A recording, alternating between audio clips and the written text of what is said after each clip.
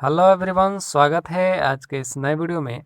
आज के वीडियो में हम लोग चर्चा करने वाले हैं कि खनिज और अयस्क में क्या अंतर होता है। ठीक है, खनिज और अयस्क में क्या अंतर होता है, तो आज के वीडियो में इसी टॉपिक पर हम लोग चर्चा करने वाले हैं।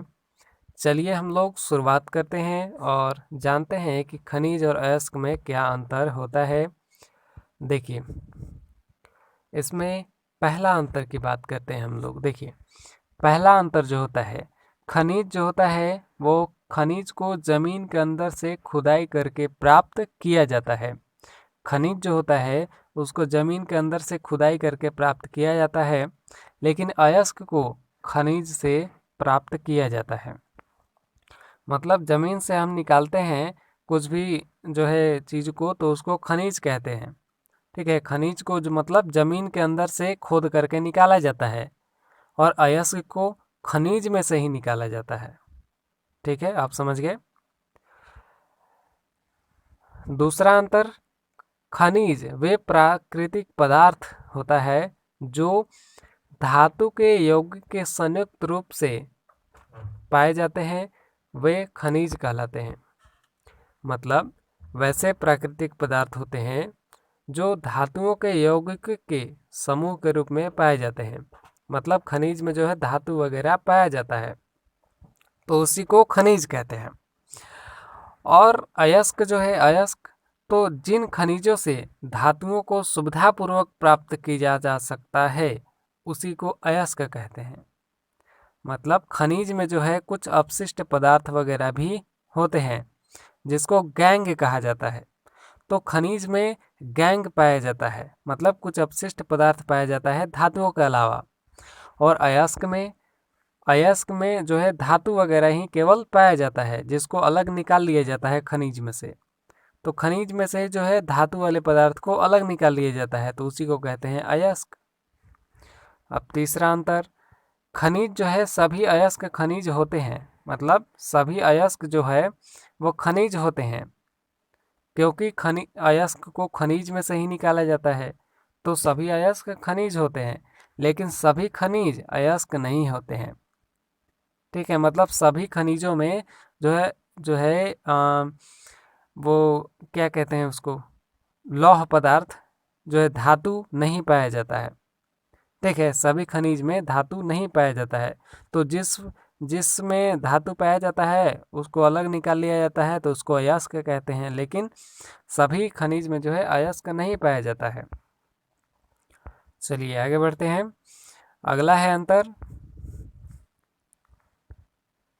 अगला अंतर है कि जो है कुछ खनिजों में धातु पर्याप्त मात्रा में होती है, जबकि कई खनिजों में धातु की मात्रा कम होती है। और अयस्क में सभी अयस्क में धातु की मात्रा पर्याप्त होती है, क्योंकि धातु वाले मात्रा को ही अलग निकाल लिया जाता है, तो उसी को अयस्क कहते हैं। तो अयस्क जो है, अयस्क में जो है धातु की मात्रा पर्याप्त होती है, लेकिन सभी खनिज में धातु की मात्रा पर्याप्त नहीं होती है।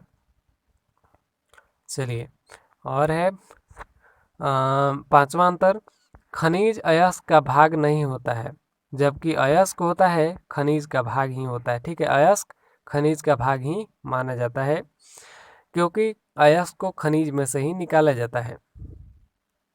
जैसे मान लीजिए कि जमीन से इतना खनिज निकाला गया, तो इसी में से जो लोहा वाला पदार्थ होगा, जिसमें ज़्यादा मात्रा में लोहा होगा, मतलब ज़्यादा मात्रा में धातु होगा, ठीक है, तो उसको अलग निकाल लिया जाएगा।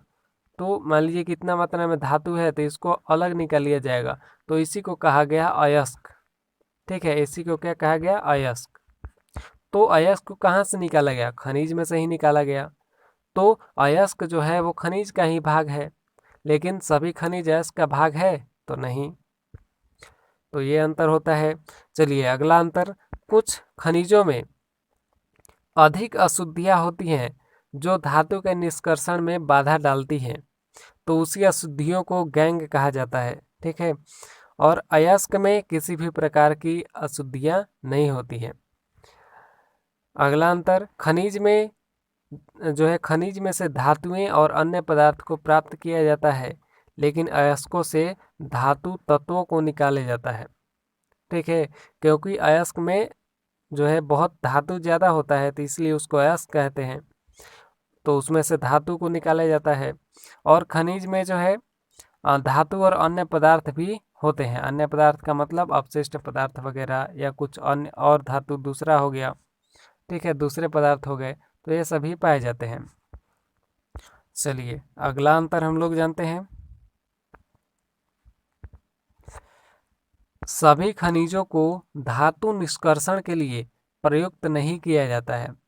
सभी खनिजों को जो है धातु मतलब सभी खनिज में से जो है धातु को निकालने के लिए जो है निष्कर्षण नहीं किया जाता है, क्योंकि सभी खनिज अयस्क नहीं होते हैं।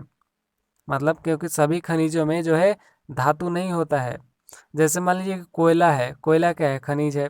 अब मान लीजिए कि जो है कुछ ज़मीन के अंदर से कुछ मिट्टी वगैरह को निकाला गया, वो क्या है, खनिज है। अब उसमें ऐसा थोड़े है कि सभी जगह पर अयस्क ही पाया जाएगा, सभी जगह पर धातु वाला मिट्टी ही पाया जाएगा, तो ऐसा नहीं होता है। तो सभी खनिज को जो है सभी खनिज से मतलब धातु नहीं निकाला जाता है, इसका कहने का मतलब यही है। क्योंकि सभी खनिज में जो है अयस्क नहीं होते हैं, लेकिन सभी अयस्कों को धातु के निष्कर्षण के लिए प्रयुक्त किया जाता है। क्यों? क्योंकि अयस्क जो है जिसमें धातु पाया जाता है उसी को तो अयस्क कहते हैं। तो सभी अयस्कों को धातु के निष्कर्षण के लिए प्रयुक्त किया जाता है। अब नवा है, खनिजों से धात्विक, अधात्विक और ऊर्जा स्रोत प्राप्त भी किए जाते हैं। ठीक है, ऊर्जा स्रोत पदार्थ भी प्राप्त होते हैं, लेकिन अयस्कों से केवल धात्विक और अधात्विक पदार्थ निकाले जाते हैं। मतलब धात्विक और अधात्विक पदार्थ केवल अयस्क से निकाले जाते हैं। ठीक है, कि अयस्क से क्या निकाला जाता है, तो धात्विक और अधात्विक पदार्थ। लेकिन खनिज से धात्विक, अधात्विक और ऊर्जा स्रोत भी प्राप्त होते हैं। अब जो है लास्ट अंतर है कि खनिज के अंतर्गत पेट्रोलियम, कोयला, ऊर्जा स्रोत, लोहा, सल्फर, एल्युमिनियम, तांबा जैसे पदार्थ आते हैं। मान लीजिए कोयला को निकाला गया जमीन से, तो कोयला क्या है, खनिज है। ठीक है, अब जो है कोयला में तो लोहा नहीं पाया जाएगा, तो लोहा जिसमें पाया जाता है उसको अयस्क कहते हैं। लेकिन जिसमें लोहा नहीं पाया जाता है वह केवल खनिज ही रह जाएगा, तो कहा जाता है, मतलब तो कहने का मतलब यह है कि सभी खनिज जो है वो अयस्क नहीं होते हैं। सभी खनिज में अयस्क नहीं पाया जाता है, लेकिन सभी अयस्क जो है वो खनिज से ही प्राप्त होते हैं। तो खनिज के अंतर्गत क्या कहा जाएगा, जैसे पेट्रोलियम, कोयला, ऊर्जा स्रोत हो गया, लोहा, सल्फर, एल्युमिनियम, तांबा। ठीक है, ये सभी खनिज के अंतर्गत आएगा। और अयस्क के अंतर्गत, तो अयस्कों के अंतर्गत जैसे लोहा, सल्फर, एल्युमिनियम, तांबा, ये सभी धातु अधात्विक पदार्थ हैं। ठीक है, धातु और अधातु हैं, तो यह सभी प्राप्त होता है। अयस्क में केवल धातु और अधातु प्राप्त होता है। ठीक है, लेकिन खनिज में पेट्रोलियम, कोयला, ठीक है, और जो है ऊर्जा स्रोत, लोहा, सल्फर, मतलब धातु, अधातु और अन्य पदार्थ, सभी तरह के पदार्थ प्राप्त होते हैं। तो ये है खनिज और अयस्क में अंतर। वीडियो आपको अच्छा लगा हो तो लाइक ज़रूर कीजिएगा, और चैनल पर नया है तो सब्सक्राइब ज़रूर कर लीजिएगा। मिलते हैं अगले वीडियो में नए टॉपिक के साथ, तब तक के लिए धन्यवाद। जय हिंद।